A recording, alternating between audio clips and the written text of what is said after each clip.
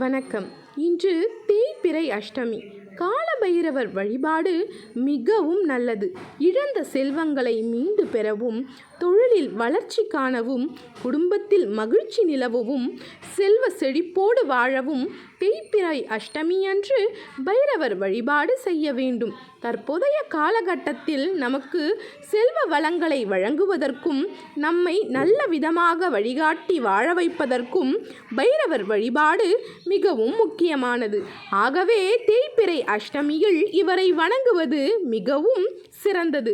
ஏனெனில் கால பைரவரை அன்று அஷ்டலட்சுமிகளும் வணங்குவதால் வணங்குபவர்க்கு அனைத்து நலன்களும் கிட்டும் என்பதில் எல்லளவும் சந்தேகம் கொள்ள தேவையில்லை.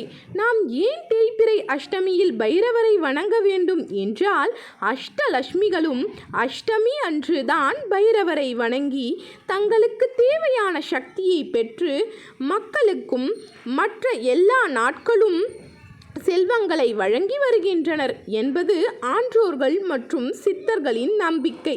நாமும் அதே தேய்பிறை அஷ்டமி அன்று பைரவரை வழிபட அஷ்டலட்சுமிகளின் ஆசியும் பைரவரின் வரங்களும் ஒருங்கிணைந்து கிடைத்துவிடும். நேர்மையான வழியில் செல்வ செழிப்பை அடைய உதவுவதே ஸ்ரீ ஸ்ரீ ஸ்ரீ சொர்ண ஆகர்ஷண பைரவர் வழிபாடு ஆகும். ஒவ்வொரு தமிழ் மாதமும் வரும் தேய்பிறை அஷ்டமி நாளன்று நம் ஒவ்வொருவருக்கும் செல்வ செழிப்பை அள்ளித்தரும் அஷ்டலட்சுமிகளும் பூமியில் இருக்கும் ஸ்ரீ ஸ்ரீ ஸ்வர்ண ஆகர்ஷண பைரவர் சன்னதிக்கு வந்து அவரை வழிபடுகின்றனர். அப்படி வழிபட காரணம், பூமியில் வாழும் 700 கோடி மனிதர்களுக்கும் அஷ்டலட்சுமிகள் செல்வ செழிப்பை தினமும் அள்ளித் தருவதால் அவர்களின் செல்வ வள சக்தி குறைகிறது.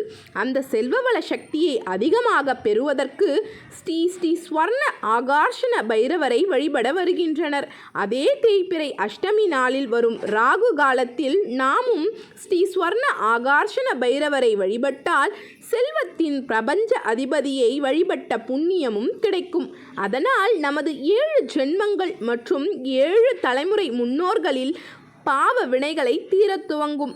அப்படி பாவ வினைகள் தீர துவங்கியதும் மறுமொழியே நமது செல்வ செழிப்பும் அதிகரிக்க துவங்கும். மகாவிஷ்ணு, மகாலட்சுமி, குபேரன் இந்த மூவருக்கும் செல்வத்தை நிர்வகிக்கும் பொறுப்பை ஒப்படைத்தவரே ஸ்ரீ ஸ்வர்ண ஆகர்ஷண பைரவர் ஆவார். இந்த தெய்வீக ரகசியம் பல நூற்றாண்டுகளாக மறைக்கப்பட்டு இருந்தது. கடந்த 50 ஆண்டுகளாக இந்த ரகசியம் மனித குல நன்மைக்காக வெளிப்படுத்தப்பட்டுள்ளது. ராகுகால நேரத்தில் ஸ்ரீ ஸ்வர்ண பைரவரின் சன்னதியில் அவரது மூல மந்திரத்தை 330 தடவை ஜபிக்க வேண்டும். அவ்வாறு ஜபித்தால் பின்வரும் நன்மைகளில் ஏதாவது ஒன்று நமக்கு கிட்டும் என்பது அனுபவம் உண்மை ஆகும். வரவேண்டிய பணம் வந்துவிடும். தரவேண்டிய பணத்தை திருப்பிக் கொடுக்கும் சூழ்நிலை உருவாகிவிடும். எவ்வளவு பெரிய கடன்களாக இருந்தாலும் தீர்ந்துவிடும். வயதானவர்களும் நோயினால் உண்டான உபாதைகள் தீரும். வலியும் வேதனையும் பெருமளவு குறையும். சனியின் தாக்கம், அதாவது 7.5 சனி, அஷ்டமச்சனி, கண்டச்சனி ஆகியவை தீரும். வேலை பார்ப்பவர்களுக்கு சம்பள உயர்வு உண்டாகும். தொழில் செய்பவர்களுக்கு வருமான அளவு அதிகரித்து கொண்டே செல்லும். அரசியலில் இருப்பவர்களுக்கு அரசியல் வெற்றிகள் உண்டாகும். பணம் சார்ந்த எப்பேற்பட்ட பிரச்சனைகளும் தீர்ந்துவிடும்.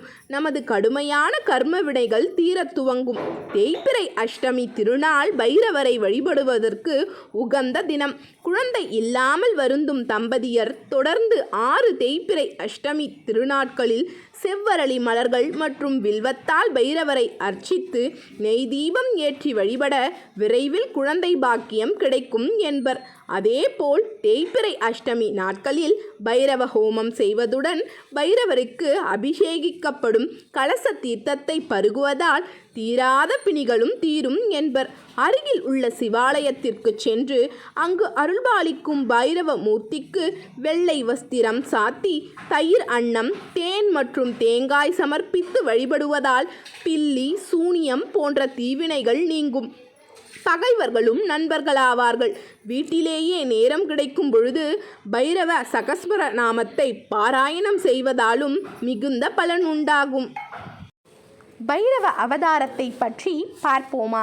நான்முகனாக காட்சி தரும் படைப்பு கடவுள் பிரம்மனுக்கு முற்காலத்தில் 5 தலைகள் இருந்தனவாம். அந்த 5வது தலை மறைந்தது எப்படி என்று அறிந்து கொண்டால் பைரவ அவதாரம் குறித்து அறிந்து கொண்டு விடலாம். அந்தகாசுரன் என்னும் அரக்கன் மூவுலகையும் ஆட்டுவித்து வந்தான். அந்தகம் என்றால் இருள். தன் சக்தியால் பிரபஞ்சம் முழுமையும் இருளாக்கி அஞ்சி நடுங்க வைத்தானாம். தேவர்களும் முனிவர்களும் கைலையில் சரணடைந்தனர். அப்பொழுது அவர்களுக்கு அபயம் அளித்த சிவன் தன் சக்தியாக பைரவரை படைத்தார். பைரவர் இந்த உலகின் ஒளியாகி என் திசைகளிலும் நின்று ஒளி கொடுத்தார். அப்படி என் திசைகளிலும் நின்று ஒளி கொடுத்து அந்தகாரத்தை அழித்தவர்களே அஷ்ட பைரவர்கள் எனப்படுகிறார்கள். பிரம்மன் படைப்பு தொழில் செய்வதாலும் 5 தலைகளை கொண்டிருப்பதாலும் தானே பெரியவன் என்னும் அகந்தை கொண்டாராம். அகந்தை கொண்டு அவர் எல்லோரையும் எள்ளி நகையாடினார்.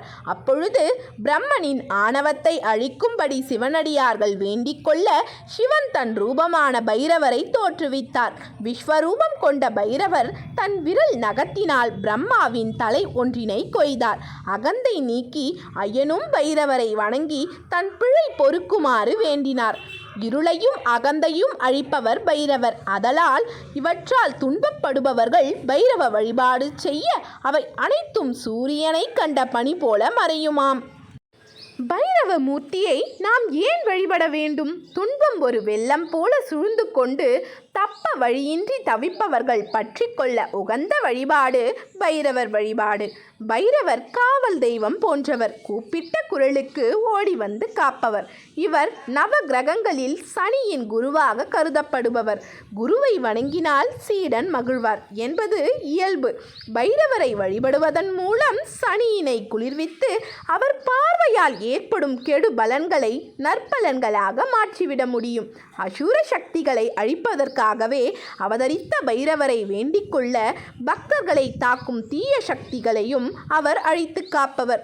சிவாலயங்களில் அனைத்து வழிபாடுகளும் காலை சூரிய பகவானிடம் தொடங்கி இரவில் பைரவரிடம்தான் நிறைவு பெறும். இரவில் கோயிலை காத்தருள்பவர் பைரவர் என்பதால் அவரின் திருவடிகளில் திறவுகோலை சமர்ப்பிக்கும் வழக்கமும் உண்டு. ஆலயத்தை காக்கும் பைரவர் அடியார்களின் வீட்டையும் காப்பார். தினமும் ஆலயம் சென்று பைரவரை வணங்கி வர திருடர் பயம் நீங்கி ஆனந்தமாக வாழலாம். சிவனும் பைரவரும் வேறு வேறு அல்ல. சிவனை லிங்க ரூபமாக வழிபடுகிறோம். பைரவரையோ பன்னீரு கைகளுடன் நாகத்தை பூநூலாகவும் சந்திரனை தலையில் தரித்தும் சூலாயுதம் ஏந்தி பாச கயிறு கொண்டு அங்குசம் போன்ற ஆயுதங்களை தாங்கிய திருமேனியாக வழிபடுகிறோம். ஆலயங்களில் கிழக்கு அல்லது மேற்கு நோக்கி சிவபெருமான் எழுந்தருள்வார். பைரவரோ அனைத்து ஆலயங்களிலும் வடக்கு நோக்கியே நின்றருள்வார். சிவபெருமானின் பிரதான வாகனம் ரிஷபம். பைரவரின் பிரதான வாகனம் நாய். ருத்ரம் என்னும் வேத பாகம் ஈசனை நாய்களின் தலைவன் என்று புகழ்வது பைரவ ரூபத்தையே. சிவம் என்றால் மங்களம் என்று பொருள். சிவன் மங்கள மூர்த்தியாக திகழ்பவர். இந்த உலகில் 5 தொழில்களையும் புரியும் வகையில் வக்ரம், சாந்தம், வசீகரம், ஆனந்தம், கருணை என்னும் 5 குணங்கள் கொண்ட தன் அம்சங்களை அவர் பிறப்பித்தார். பஞ்ச குணங்களில் பைரவர் வக்ர குணத்தின் அம்சமாவார். பகைவரை அழிக்கும் ருத்ரமூர்த்தியாக விளங்கும் பைரவரை வழிபட பகை முற்றிலும் மறையும். வளர்ச்சி காணவும் குடும்பத்தில் மகிழ்ச்சி நிலவும் செல்வ செழிப்போடு வாழவும் தேய்பிறை அஷ்டமி அன்று பைரவர் வழிபாடு செய்ய வேண்டும். தற்போதைய காலகட்டத்தில் நமக்கு செல்வ வளங்களை வழங்குவதற்கும் நம்மை நல்ல விதமாக வழிகாட்டி வாழ வைப்பதற்கும் பைரவர் வழிபாடு மிகவும் முக்கியமானது. ஆகவே தேய்பிறை அஷ்டமியில் இவரை வணங்குவது மிகவும் சிறந்தது.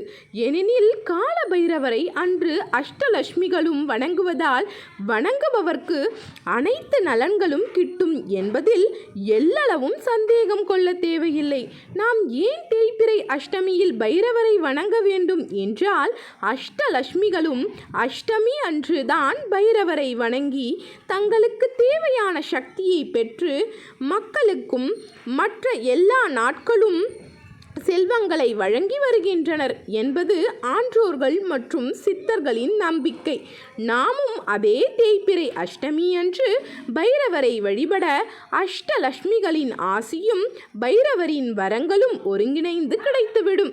நேர்மையான வழியில் செல்வ செழிப்பை அடைய உதவுவதே ஸ்ரீ ஸ்ரீ ஸ்ரீ சொர்ண ஆகார்ஷண பைரவர் வழிபாடு ஆகும். ஒவ்வொரு தமிழ் மாதமும் வரும் தேய்பிறை அஷ்டமி நாளன்று நம் ஒவ்வொருவருக்கும் செல்வ செழிப்பை அள்ளித்தரும் அஷ்டலக்ஷ்மிகளும் பூமியில் இருக்கும் ஸ்ரீ ஸ்ரீ ஸ்வர்ண ஆகார்ஷண பைரவர் சன்னதிக்கு வந்து அவரை வழிபடுகின்றனர். அப்படி வழிபட காரணம், பூமியில் வாழும் 700 கோடி மனிதர்களுக்கும் அஷ்டலக்ஷ்மிகள் செல்வ செழிப்பை தினமும் அள்ளித் தருவதால் அவர்களின் செல்வ வள சக்தி குறைகிறது. அந்த செல்வ வள சக்தியை அதிகமாக பெறுவதற்கு ஸ்ரீ ஸ்ரீ ஸ்வர்ண ஆகார்ஷண பைரவரை வழிபட வருகின்றனர். அதே தேய்பிறை அஷ்டமி நாளில் வரும் ராகு காலத்தில் நாமும் ஸ்ரீ ஸ்வர்ண ஆகார்ஷண பைரவரை வழிபட்டால் செல்வத்தின் பிரபஞ்ச அதிபதியை வழிபட்ட புண்ணியமும் கிடைக்கும். அதனால் நமது 7 ஜென்மங்கள் மற்றும் 7 தலைமுறை முன்னோர்களில் பாவ வினைகளை தீரத் துவங்கும். அப்படி பாவ வினைகள் தீரத் துவங்கியதும் மறுமொழியே நமது செல்வ செழிப்பும் அதிகரிக்க துவங்கும். மகாவிஷ்ணு, மகாலட்சுமி, குபேரன் இந்த மூவருக்கும் செல்வத்தை நிர்வகிக்கும் பொறுப்பை ஒப்படைத்தவரே ஸ்ரீ ஸ்வர்ண ஆகார்ஷண பைரவர் ஆவார். இந்த தெய்வீக ரகசியம் பல நூற்றாண்டுகளாக மறைக்கப்பட்டு இருந்தது. கடந்த 50 ஆண்டுகளாக இந்த ரகசியம் மனிதகுல நன்மைக்காக வெளிப்படுத்தப்பட்டுள்ளது. ராகுகால நேரத்தில் ஸ்ரீ ஸ்வர்ண பைரவரின் சன்னதியில் அவரது மூல மந்திரத்தை 330 தடவை ஜபிக்க வேண்டும். அவ்வாறு ஜபித்தால் பின்வரும் நன்மைகளில் ஏதாவது ஒன்று நமக்கு கிட்டும் என்பது அனுபவம் உண்மை ஆகும். வரவேண்டிய பணம் வந்துவிடும். தரவேண்டிய பணத்தை திருப்பிக் கொடுக்கும் சூழ்நிலை உருவாகிவிடும். எவ்வளவு பெரிய கடன்களாக இருந்தாலும் தீர்ந்துவிடும். வயதானவர்களும் நோயினால் உண்டான உபாதைகள் தீரும்.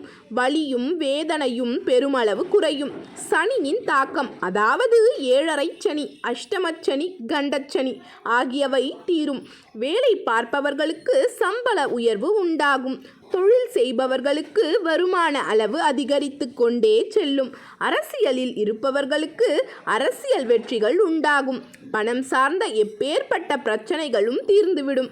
நமது கடுமையான கர்ம வினைகள் தீரத் துவங்கும். தேய்பிறை அஷ்டமி திருநாள் பைரவரை வழிபடுவதற்கு உகந்த தினம். குழந்தை இல்லாமல் வருந்தும் தம்பதியர் தொடர்ந்து 6 தேய்பிறை அஷ்டமி திருநாட்களில் செவ்வரளி மலர்கள் மற்றும் வில்வத்தால் பைரவரை அர்ச்சித்து நெய் தீபம் ஏற்றி வழிபட விரைவில் குழந்தை பாக்கியம் கிடைக்கும். வெள்ளம் போல சூழ்ந்து கொண்டு தப்ப வழியின்றி தவிப்பவர்கள் பற்றி கொள்ள உகந்த வழிபாடு பைரவர் வழிபாடு. பைரவர் காவல் தெய்வம் போன்றவர். கூப்பிட்ட குரலுக்கு ஓடி வந்து காப்பவர். இவர் நவ கிரகங்களில் சனியின் குருவாக கருதப்படுபவர். குருவை வணங்கினால் சீடன் மகிழ்வார் என்பது இயல்பு. பைரவரை வழிபடுவதன் மூலம் சனியினை குளிர்வித்து அவர் பார்வையால் ஏற்படும் கெடு பலன்களை நற்பலன்களாக மாற்றிவிட முடியும். அசூர சக்திகளை அழிப்பதற்காகவே அவதரித்த பைரவரை வேண்டிக் கொள்ள பக்தர்களை தாக்கும் தீய சக்திகளையும் அவர் அழித்து காப்பவர். சிவாலயங்களில் அனைத்து வழிபாடுகளும் காலை சூரிய பகவானிடம் தொடங்கி இரவில் பைரவரிடம்தான் நிறைவு பெறும்.